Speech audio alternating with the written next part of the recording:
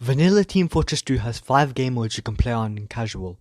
You got Payload, Attack Defend, Control Points, Capture the Flag, and King of the Hill. You've also got some other modes like Man vs Machine and Pastime too. But of course, there are community game modes like Class Wars and Randomizer. But what if we, fuse them together? Well, it already exists and it's called, wait for it, Class Wars Randomizer. Dead name. Now at the time of writing this script, this mode is only available on one map, Upward. So if you see any of my points B because it's on Upward, it's valid. I'm sure they'll add more maps in the future, but for now this is all we have. Also, I am not a pro 2000 hour gamer. This is just from what I've seen and heard from other people. Is it 100% accurate? No. Is it the definitive version? No. But do I think it's reasonable? Maybe, I don't know. Also, this game mode, for some unknown reason, has roll the dice put into it, so it only makes research harder in my opinion.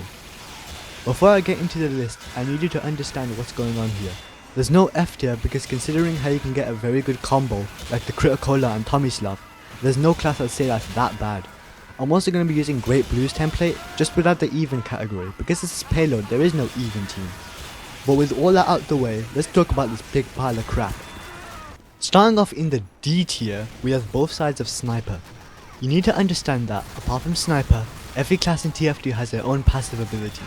Scout has his double jump, Soldier and Double Mine have their self damage resistance, Pyro has his afterburn immunity, Heavy has knockback immunity, and Medic has self healing. Spy and Engineer in this mode are the only two classes that can use watches and PDFs respectively. Sniper however has nothing. He is bland and boring and trash. Other than the fact that he has a mediocre speed stat and a low health pool means that he's easily D tier. Following up in the C tier, we have Defending and Attacking Spy. Now Spy isn't actually that bad, although there are better options in my opinion, he can work pretty well. But considering how anybody on the enemy team can wield a flamethrower, as well as the fact that just like Sniper, he has a mediocre speed stat and low health pool, he dies pretty quickly. The saving grace however is indeed that watch, because invisibility is obviously good. But again, the increase in not only flamethrowers, but flare guns, Mad Milk and Jarate means that sneaking behind a team is kinda difficult. I was originally going to put Attacking Spy in B tier, but after some more gameplay, I think this mod is too chaotic for Spy to work well in, especially with RTG not helping. C tier.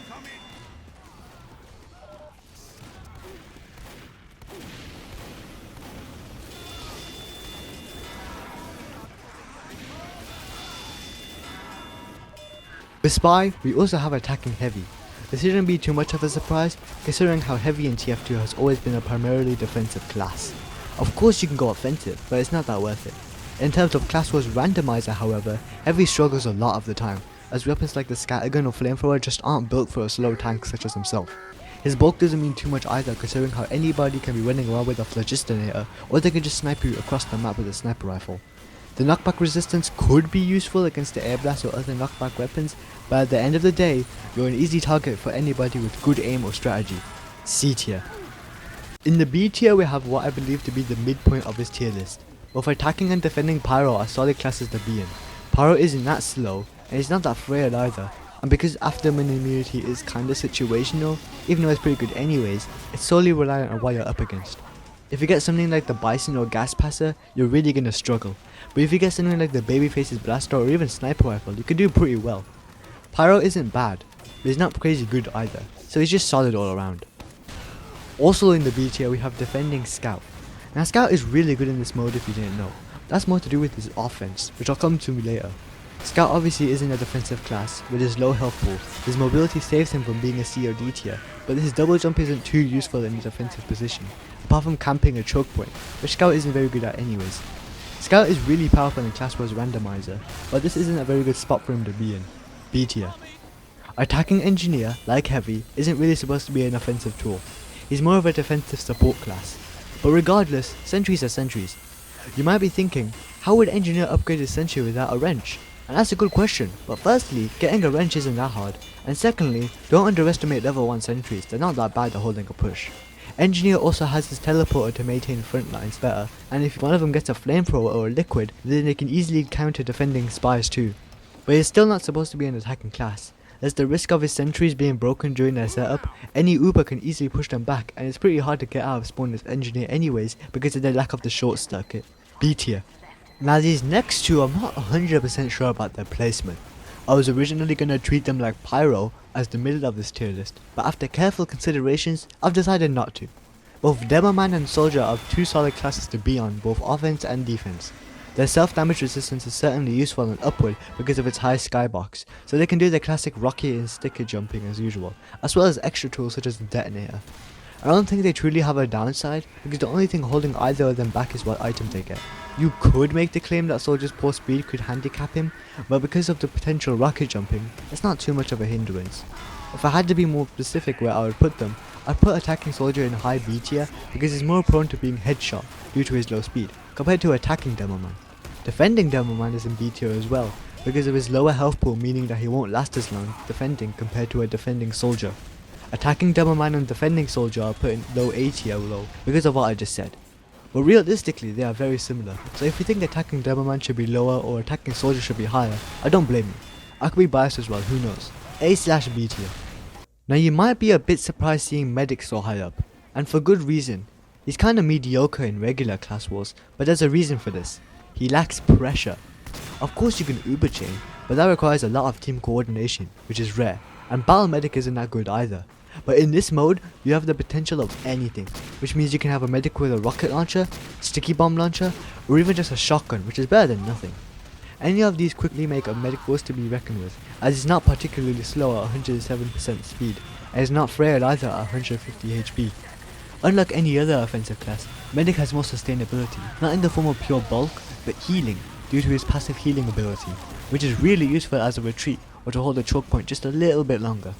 I can't see many pros with Medic in this mode because his main problem, being his lack of power, is completely nullified, which combined with his natural survivability and solid stats, make an A tier class.